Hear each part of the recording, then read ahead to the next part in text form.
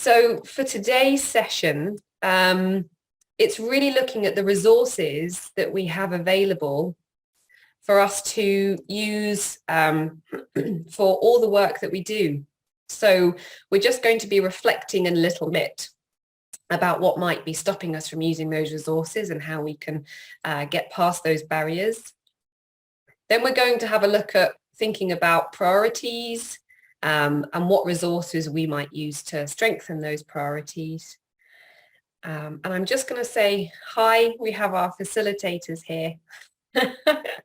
Thank you, just recognizing that you're joining. And then talk a little bit about our favorite resources. Well, this is from my team's perspective. So I think you may have already seen an introduction from me, but I'm part of the Partnerships and Organisational Development team at FFI. And part of my role is actually to find resources to support our partners. Because there's only a small number of us in the team. So very often it's useful to find resources to pass on to partner organizations for them to use themselves.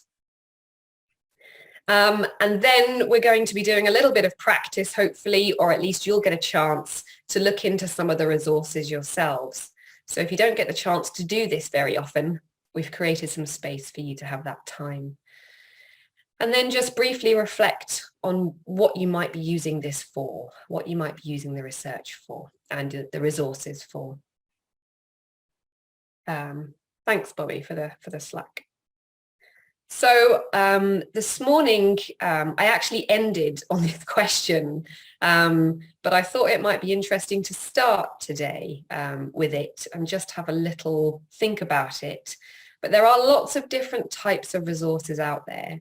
And I know that even internally, you get sent information, guides, tools, and you really want to have a look at them, but you very much end up flagging them perhaps or saying, yes, I'll look at that later, and you never do.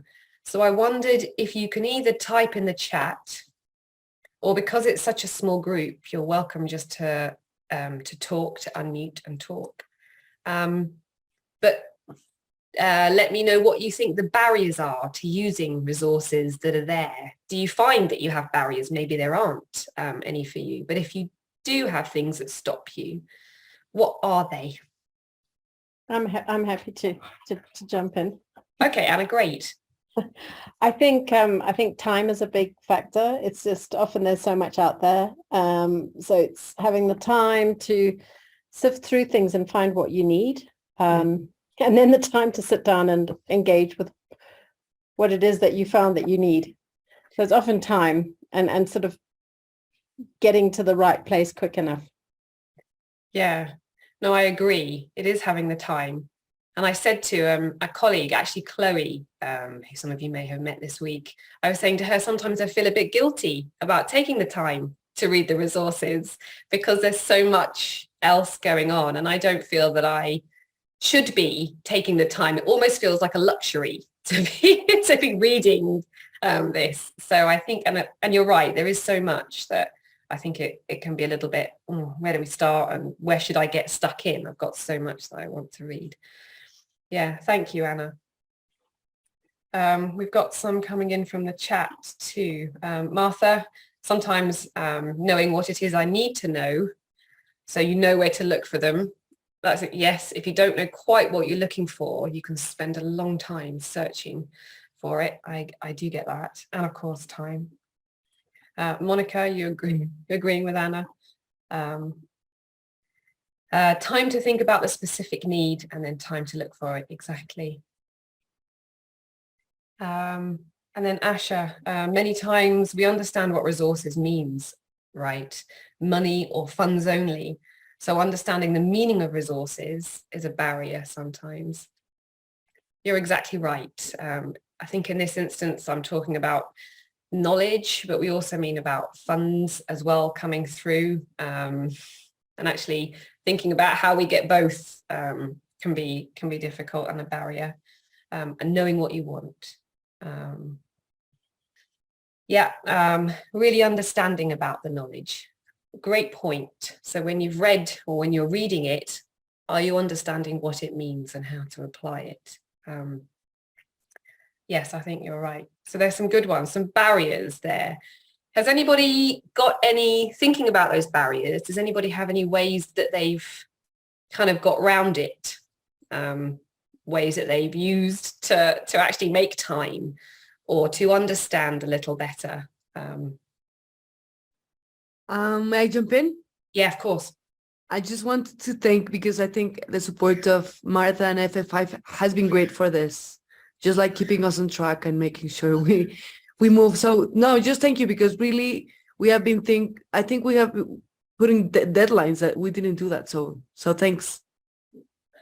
No, I think you're right. Deadlines. I think you're right, Monica. And sometimes it takes someone else to help you to kind of push you forward, doesn't it, in terms of getting and learning and thinking about it. So I completely understand. And sometimes I tell people a future truth. So I will say to Martha, I am going to do this at this time. And she says, okay, Laura. But because I have said it out loud and because I have told someone, I then find myself a little bit more accountable for doing it. So Martha, I'm going to go and read this information this afternoon. And she won't really hold me to account necessarily, or unless I say to her, can we discuss it at a later time? And I know that maybe if you're both heading towards, we're going to discuss it together, that also might make you or encourage you to look at the resource, perhaps. So yeah, Monica, deadlines, I completely agree. So thank you for that. So the point here is just, and I think this reflects what you said, Monica, about getting to doing it. So it's important to actually go ahead and we learn and change by doing. And these resources can be a starting point for the new ideas, for templates, for frameworks. But then even once you've read them or once you've heard them, you've then got to be able to implement or put them into practice. So it can be useful to try different things to be able to take on the knowledge. Reading isn't my strong point, so I would be better using a webinar or even involved directly in one-to-one training. So something that can help with the amount of information and resources out there is thinking about your priorities and thinking about the areas you want to strengthen first. So what are your goals? What are your outcomes that you want from the resources that are there? And you can use different things to help with this. Earlier in the week, I've touched on using an organisational assessment, or FFI, we call it an organisational resilience check. And that helps you just to have a look at some of the questions and think about where your strengths are and the areas that actually you would like to look more in at developing. And then normally there's quite a lot of things that your organisation would like to develop. So planning it out and thinking, right, where do we want to start? Where is useful for our organisation to put our energy into strengthening first, recognizing that a lot of organizations are quite small and a small number of staff, so you can't do it all. So planning it helps. And then once you've got that first goal, that first priority, that might help you to decide which resources, specifically what you want to look for when you're thinking about resources to use and how to learn and share knowledge within the organization. So again, not everything can happen at once, which is what I've just touched on. And thinking about, again, what needs to change and who within the organization, if you are slightly bigger, or if there is one person that can oversee or you think would be specifically useful to take on that learning or that knowledge, perhaps also to make it a priority and to make it a bigger thing. Actually assign a task. It would be great if you could follow up and learn about this to then share with the rest of the organization. And that creates it in terms of its higher priority and makes it a little bit more of a thing to do rather than being pushed away. So think about what needs to happen and who needs to be involved in that. And I just want to welcome, I think, have we got some people dropping in and out? Or have we got, yes, I think Tundi, your internet connection is a bit tricky. So again, this morning I asked this question and we came up with a few, just thinking about your priorities now, either in terms of your organization or just for your own work or professional development. What are your priorities right now? So if I said to you, go away and have a look at some of the resources, where would you put your priority? You can type that in the chat or again, unmute and just verbally talk. And I'll kick us off with an example. If I was going to look at resources, and this is something I have been sucked into a little bit, but looking at governance structures for organizations, we have quite a few partners who are thinking about developing or reviewing governance. So I've been having a look at some of those resources, but also just from my own personal interest to understand how the board or governance structure can and should work. Great, we've got some. Tiondi, funding for organizational development and community engagements. So yes, funding, fundraising, how to fundraise, how to write proposals. Often that's a useful skill to have. And there are a fair number of resources that can help if you give them the time to be able to find them and look for them. Maria, building a fundraising strategy plan to incorporate new revenues for unrestricted funds. Yes, that's a great one. And I gave a talk in the middle of the week that touched on this. So please feel free to go back and review that recording.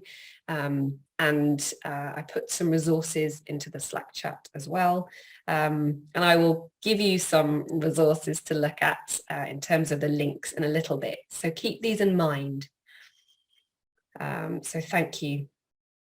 Great suggestions. So yes. So a bit of an overview into our favorite resources. And this is just because the pods team do quite a bit, as I said, looking for resources that will support our partner organizations. And some of these are very small, some of these are very big, and all are at different and unique stages of development. So it all depends on what they need. And there's different types of resources. So I'm putting them all into one box at the moment, but we all learn differently. And sometimes the best way is through in-depth training. So for an individual, this in-depth training can be actually a really useful and meaningful way to think about change and what they want to do. The problem is with this type of training, it's not likely to be free. So you often have to pay, only because the courses are often fairly long. So you're normally there for a number of days, and there's a trainer and someone that is delivering. So if you do want to think about doing in-depth training, you can approach the organization and ask them if they do reduced charity rates. And very often organizations do, or you can think about incorporating these costs into your next proposal, particularly if the donor you're applying to is open to organizational development and also professional development. So keep that in mind. I've got one example here of a course. FFI work with the Durrell Conservation Academy, and together we produce, it's an online course now. It used to be face-to-face, but COVID has changed things slightly. But it's over a period of weeks, and it focuses on leadership development. But that encompasses also a number of organizational development topics too. So it's quite a range of information there, and it's a useful course. And yes, there are reduced rates for some organizations, but there is an eligibility criteria. So you have to fulfill that eligibility criteria to meet those rates. But it's a useful in-depth training course. InTrack is another organisation that provides training, and they have been with us a little bit over the week as well. And I've mentioned a number of their resources in different sessions too. They specifically offer in-depth training on monitoring and evaluation, partner capacity strengthening, which I know is something close to the pods team. We're also looking at partner strengthening and how we can support that. They also offer tailor-made courses, which can be useful. Every organisation is different and often needs something to suit just what they need and their skill level. So that can be helpful as well. And they offer also reduced rates for eligible organisations and scholarships. So you can have a look at their website. All this information I'm giving to you, in a moment, I will send you a document with all this on so you can have a look through. So you'll get the chance to check them out. So if in-depth training and if paid is not the way for you, or perhaps you haven't got time, this also takes time for your organisation to commit to, and perhaps that's not an option for the moment. You can also have a look at self-led training too. So this means that you can take it at your own pace, you can fit it around the work that you're doing. And so it's easier sometimes to accommodate. And this is although it's free, which is great, or low paid, it probably less in terms of being active and getting to participate, and more reading and possibly video watching. One really good platform is called Acumen, and they offer a range of different courses and on different topics. So building your organisation, fundraising and innovation, and also leadership too. So have a look there. And then the second one is Disaster Ready. And they offer a huge library in lots of different languages, which is obviously really helpful because some of the resources I talked to you about are actually only in English for the moment. But with Disaster Ready, it's also an organisational development, but actually they have a broader scope too that might be of use and of interest. So they focus on health, food security and safeguarding, which is a hot topic at the moment too. And Maria, oh yes, great. So you've done Acumen. That's really good to hear, the Acumen fundraising course. I'm really happy to know that you're doing it. Thank you for sharing that because we've seen it and thought it was good. So to have someone to validate that is very helpful. Great. You can let us know how it goes, actually. That's really good. And something I didn't mention earlier, and also here, I'm talking about resources and training online, or that I know about that are from an English perspective, an English language perspective. But it is worth seeing what else is in your region, and finding courses and things that may be offered that you hadn't necessarily had a look for. And in different languages too. And then sharing that, because something that we found is that particularly locally, that information isn't widely known. And I don't often know where I can direct people to go to local resources. So sharing that information can be particularly valuable as well. And then you've got what I always think of when I think of resources is reading, and that's possibly why it provides a barrier to me, because I know that I have to spend time reading. But taking the time to prioritize it, to do it at a time when you are clear-minded, can help spark new ideas, some thinking, and especially if you can find it in the language that you need.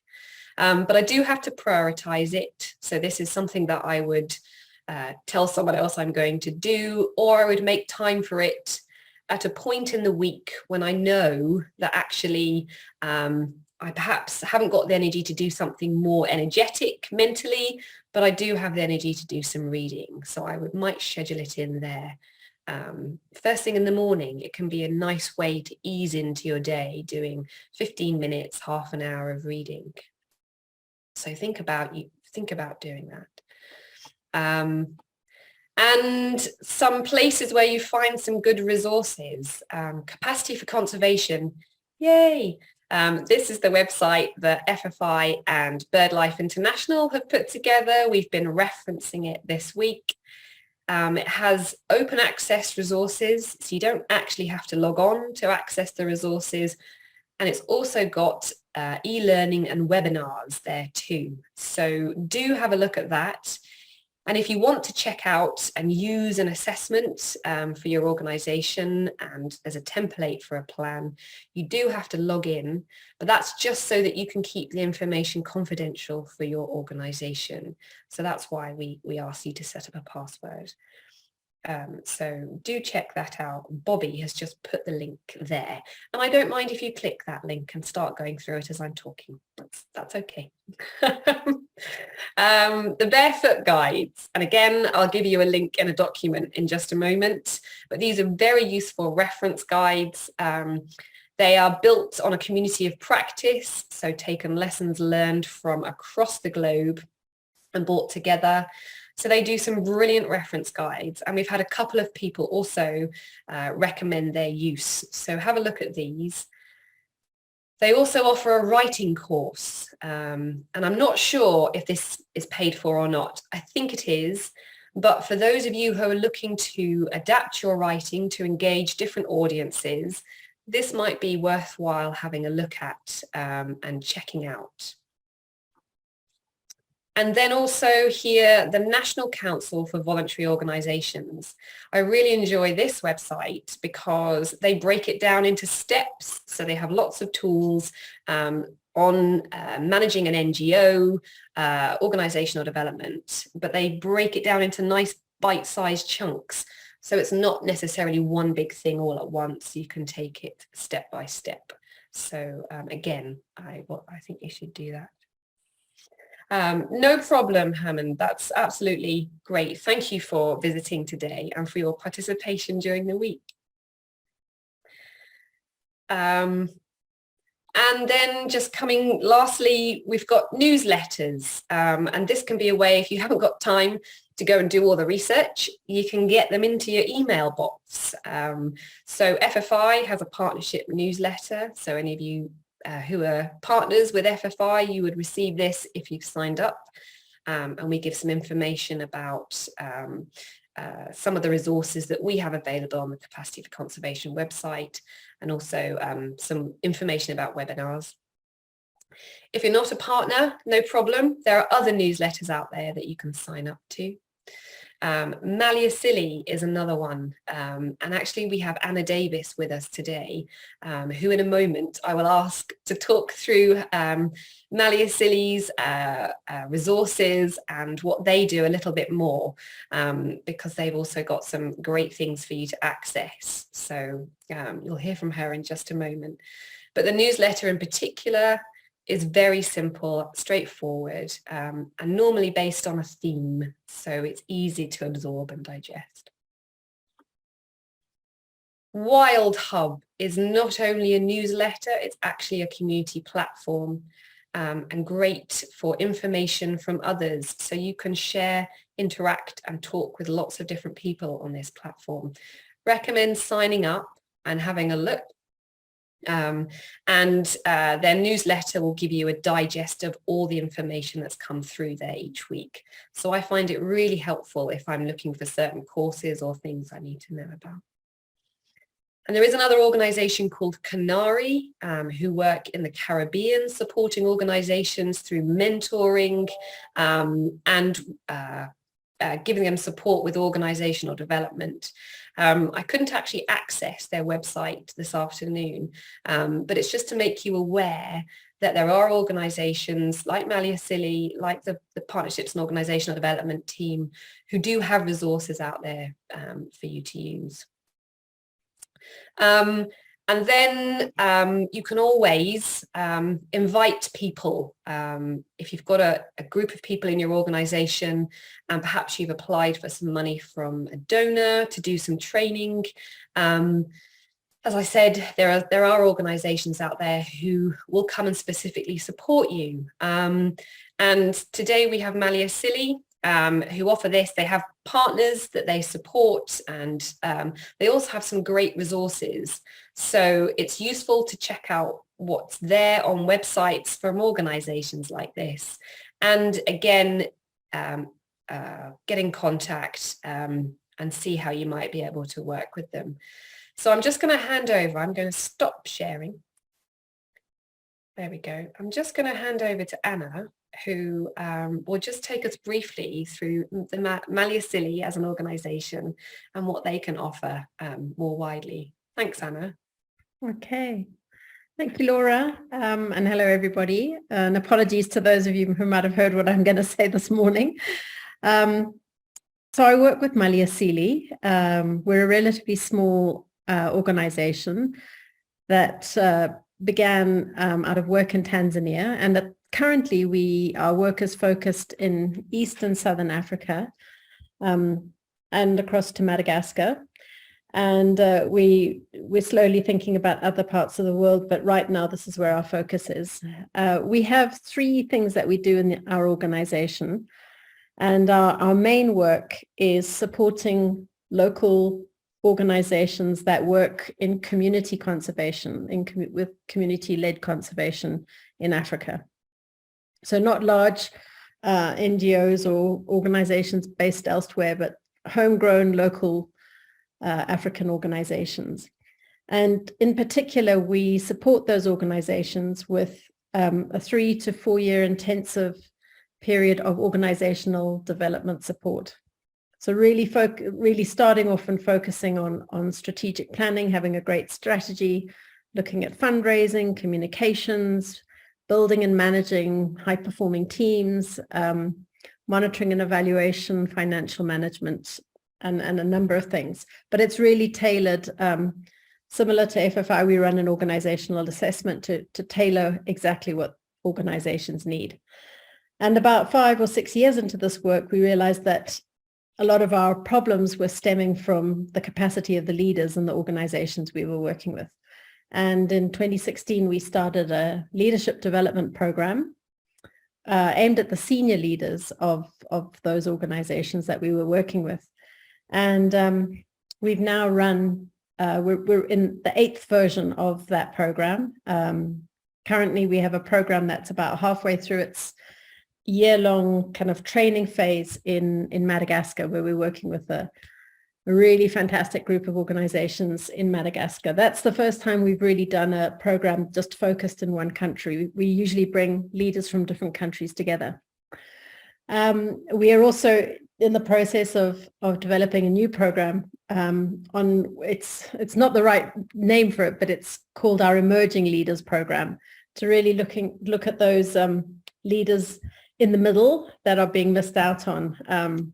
So we're busy trying to get our heads around that and launch that next year. However, and we have a third pillar in our work, which is around amplifying both the voice and the needs of local organizations to help them get and access better funding and good funding to help great organizations to do their work. So part of that is about elevating the kind of voice and visibility of organizations, but it's also trying to influence sort of the current status of funding to conservation, particularly in Africa. So I'm going to just show you our website briefly, because even if you're not a Malia Silly partner, or if you're not on one of our, when I say a partner, I mean those organizations we're working with, we have lots of partners. And if you're not on a leadership program, we still have some fantastic resources that are out there. And I'm just going to show you, I'm going to share my screen about our website. Just have a look there and show you around. So this is the this is the entry page to our website. And the one thing I was just going to highlight to start with is a recent report that we put together with Synchronicity Earth, really looking at, we interviewed was close to 50 local conservation organizations and funders to look at what's the kind of current status quo in terms of funding for conservation, and what are some of the challenges and the barriers that are going on, and then build on kind of an initial set of recommendations. And that's this report here called Greening the Grassroots. That's on the website, and you can either read it there or download it as a PDF. So that we launched that a couple of months ago at the African Protected Areas Congress. But what I want to direct you to is this tab on our website that's called Learn. And under this Learn area, we have a whole lot of open source resources that we share. We've got a whole lot of tips and tools that I'll show you in a minute. We've got copies of strategic plans from some of our partners that we've worked with. We've got articles, publications, videos from webinars, some recordings and resources from some of our webinars, and then just other videos about our partners' work and some of the work we do. But if you have a look under tips and tools, if you're interested, you'll find some really useful things around communications, strategic planning. So there's some guidance that you can download. There's an infographic on strategic planning, and there's a nice workbook that we put together. These were some of the resources that we released after we ran a webinar last year. Then there's some resources on work planning, year-end communications, which is probably particularly relevant right now.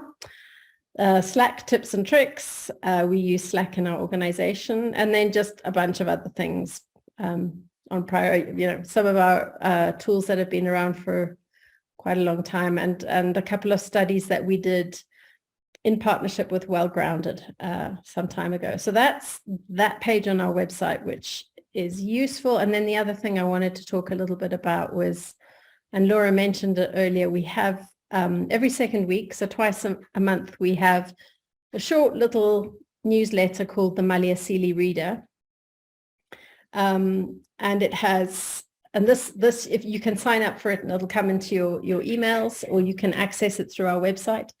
And it's kind of a one-pager with tips and tricks, articles, news, and we have a different theme, generally about, a range of different things that affect people who work in conservation, not just conservation. And we have people all over the world who read this and have found it useful. So all the back copies are here, whether, something on networking, advocacy, there's a bunch of resources. And this was something that we really started during COVID. It was a way of reaching our partners, and we've kept on going with that. So you can sign up for that there. We also have a quarterly newsletter, which is a bit more about us and what we're doing, but there's often useful links and bits and pieces in there. And I'll share I think I put it in the resource document, the link to sign up for the newsletter as well. Yeah, and then the last thing that I wanted to say is that we are really kind of ramping up our posting on LinkedIn, and we're using LinkedIn a lot at the moment to share information about our work and what we're doing. And it's quite a useful place to just see if we've got anything coming up. So for instance, in a couple of weeks' time, we're running a webinar on capacity development and different ways to think about it and approach it, which I will share with Laura and the team. But it's just a good way of keeping in touch and seeing what we're doing. So that's it. Thanks, Anna. That's great. That was, I know there's a lot there, and you've got a fantastic range of very beautifully and very nicely laid out resources that I know many people, particularly in FFI, have commented on how easy they are to use and access. So I do recommend checking those out and just seeing what's there. And the webinar sounds fantastic, Anna, so love to hear more about that. Thank you for that, for showing us around. So you've heard from Anna, you've heard a lot of information from me, and what we're going to do now is I'm just going to ask Bobby to share some links in the chat. And these are, actually, Bobby, well, actually, no, share them all. I was going to say we've got some in different languages, and I'm actually not sure how many different language speakers we have here. So we'll share all of them. And this is just a Word document that I have put together with links to all the platforms and websites I have mentioned today, including Malia Silly's. And you can have a look through that. And what I'd like to do now is actually give you some time to go through them and have a look.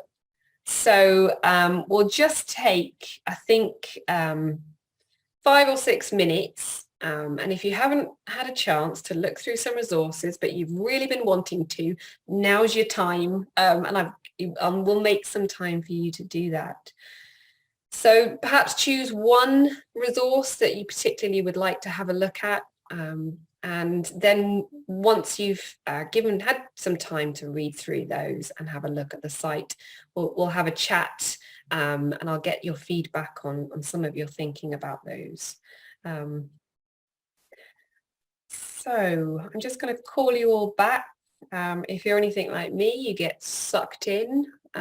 It's difficult to unwind yourself from what you've been looking at. I actually just took a few minutes to look at a tool that I've been meaning to for a while, so I'm glad I did. So I just want to hear from you. Again, please do unmute or type in the chat.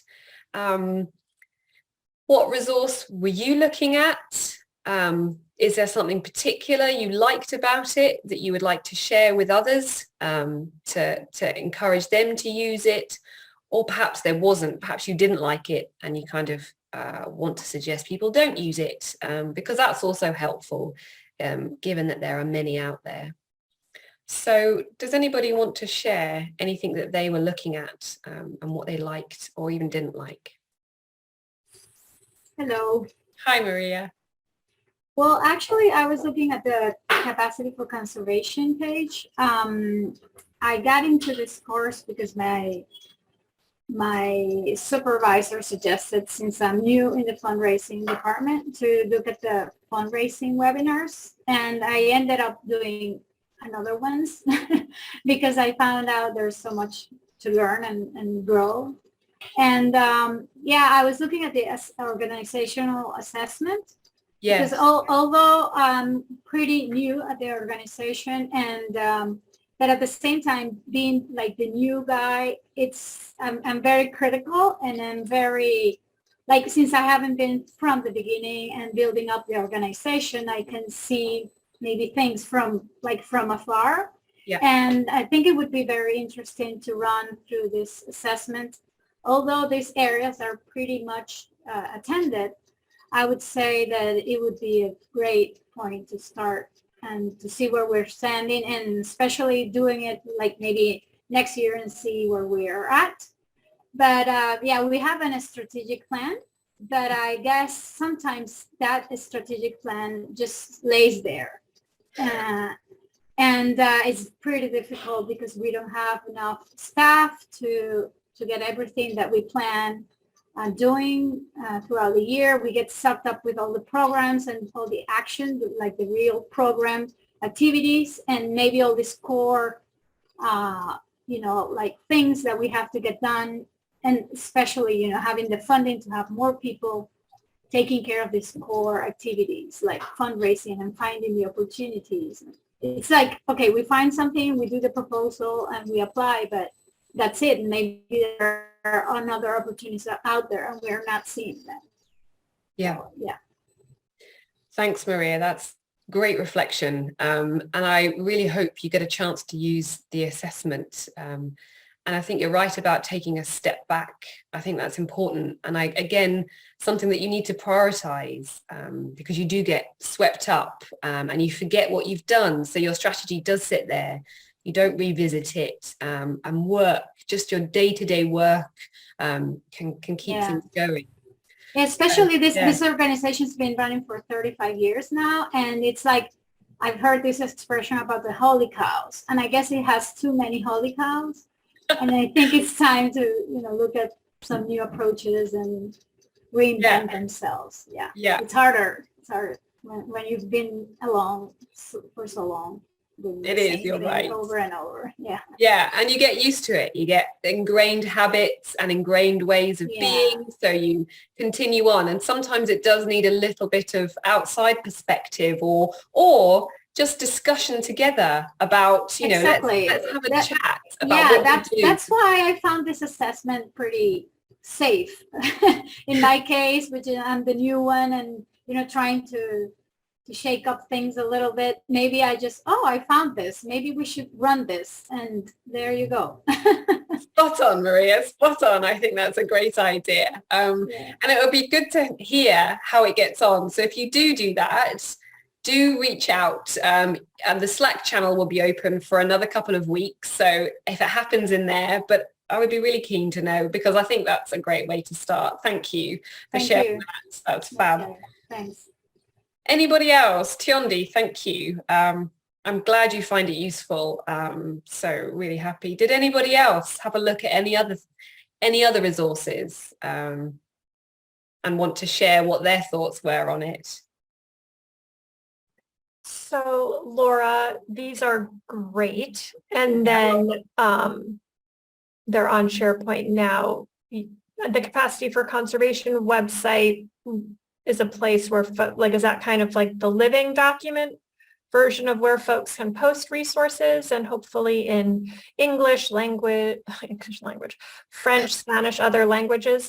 That's right. I feel like sometimes this is wonderful, but then as new resources come about and whatnot, I feel like that's always kind of the struggle, right, for all of us, where we keep the living document of resources and how folks can. Yes. Oh my goodness, Kate. Oh my goodness. I would, and if you could post, if anybody has them and wants to post them on the Capacity for Conservation website, I would be thrilled. You wouldn't be able to see it, but I do a little dance in the office.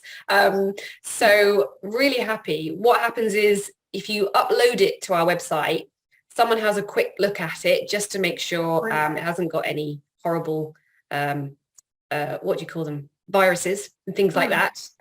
And then we put them up for other people to use too. So thanks, Kate, for reflecting on that, because it's super helpful. And but we do struggle because I think, you know, it's something that people sometimes don't have time for. But if you do use it as a library, please send them to us and we'll pop them on the website too.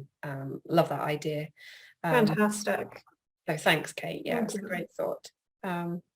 Asha, okay, you've checked the Acumen Academy. Yep, and it does look at embracing entrepreneurial and strategic approaches. So do check out the Acumen courses. And I'm glad you'll find it useful because you're working with a local NGO. Oh yes, and helping to make their organization more systematic and more ideas for sustainability. And I think we're all looking for that too. So yes, it's useful. Looking for opportunities. And this might be one way to spark that idea, to spark that thinking, and talking about what you've learned too. So getting the conversation going. Thanks, Asha. That's fab. Is there we've got a couple of minutes left, not long.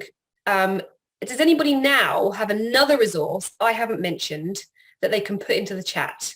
So really using your brains or just me collecting the information. Anybody got any other resources that you think, oh yeah, I used this the other day and it was really helpful?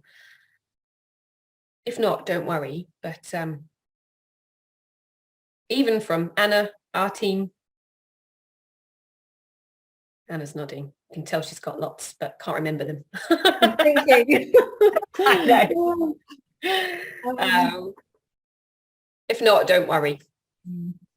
But this is again something to use the Slack chat for. If you're in and you think later, oh, I could have said this resource. Please just put it in. Even if you don't have to write too much, just say, I found a resource. Here it is. Yes, Tiondi, hi.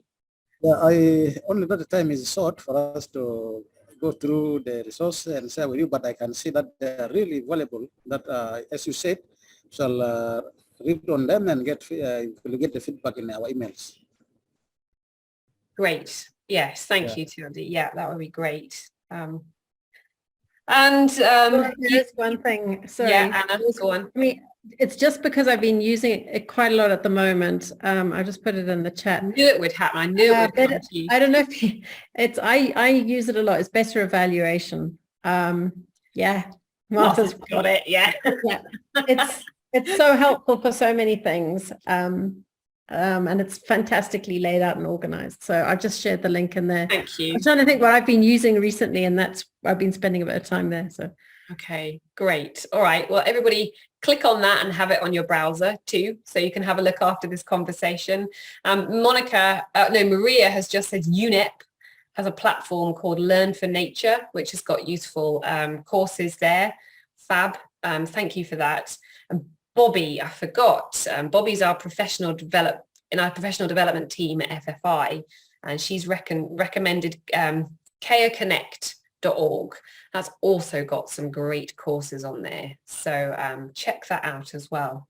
So see, you just have to ask the question and people start to come forward with things. So it's really useful. So we run out of time, and I feel like this conversation could go on for a while, but yes, Monica, you're right. You have to jump away. But all I wanted to say was thank you so much for everybody participating this week. I know that lots of you, I recognize lots of names and you've been here. So I really appreciate your engagement and your passion for everything that you're doing. I know that you've been with us at every single session, and I do appreciate that too. So well done for being here so late and engaging too. It's fantastic. And thank you, Anna. I really appreciate your support today and your thoughts. That's been fabulous.